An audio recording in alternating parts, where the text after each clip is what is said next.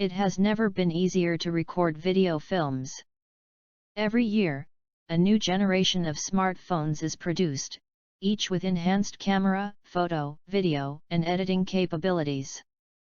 Furthermore, with a little skill and access to various apps, anyone can start producing great films, vlogging, or even recording an animated movie or story with only a smartphone. Simply described, a cinematic video is one that resembles a real movie that you would see in a theater. It refers to any video or film that has the same qualities of a good motion picture, such as good sound, effective visual effects, delicate lighting, choreography, and so on. Following is how to shoot cinematic video with your smartphone. Nowadays, the chances are high that the phone you carry with you records video. I'm using an iPhone X that can record up to 4K 60 frames per second or 1080p 240 frames per second. Now, I prefer to record in a 4K 60 frames per second because 4K gives me sharper image that allows me to crop in when I want to adjust the framing, and 60 frames per second is enough for me to give it a nice slow motion look when played back on a 24 frames per second timeline. And adding some image stabilization in Final Cut Pro will make it even smoother. Last week in my video, I talked about that gear does not matter. So today I thought I would challenge myself, but also prove to you that even with a smartphone or iPhone, you can achieve a great look. So with no further ado, let me show you my process of how I do it. All right, let's first set the settings on the iPhone so we can record in 4K 60 frames per second.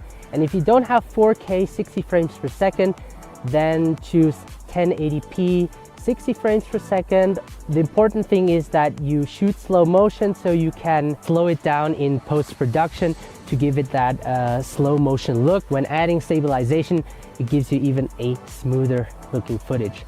And because we're shooting handheld everything, it can be challenging to keep your hands steady. So what you want to do is go to settings, then select camera, and here select record video, and you have the different options, and I chose 4K at 60 frames per second. So the next thing I do is I think about the location. So I chose to be here. It's a forest and there are a lot of interesting stuff happening as well. So the time of day we have is 12 p.m. Usually I avoid shooting during midday because the sun is at its highest point and you get that harsh light on your face. But because it's cloudy, the clouds function as a huge diffuser, softening that light. So we can definitely work with that. I think this would be a great opening shot for the video. I'm gonna make a revealing shot. So what I really like are those leaves flowing on the river. So I will also take a shot of that. There's a swan behind my back and I'm gonna try to take a video of that nice looking swan.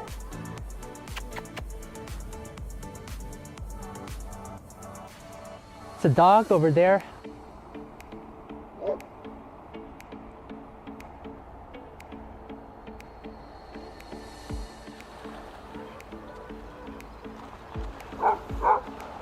Beautiful. Did you see that? I just got a really nice shot. That's gonna look really nice. So in this shot, I will record my dirty shoes walking through these beautiful leaves.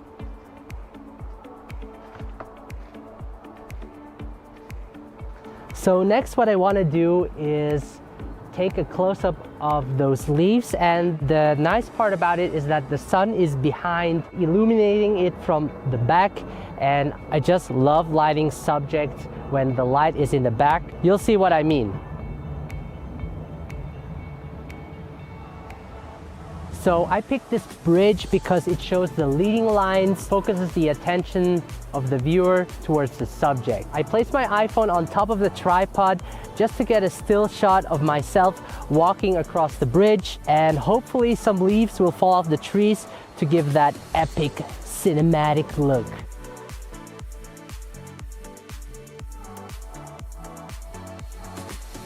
Alright, so we are done recording our video. We're gonna head back to my office and import everything into Final Cut Pro X.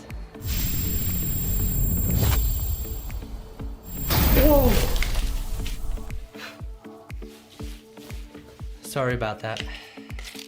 I actually decided to edit the video first so that I can show you the steps behind my editing process. So what I first did is I airdropped all of my footage from my iPhone into my computer to a project folder and imported all of the clips into Final Cut Pro X.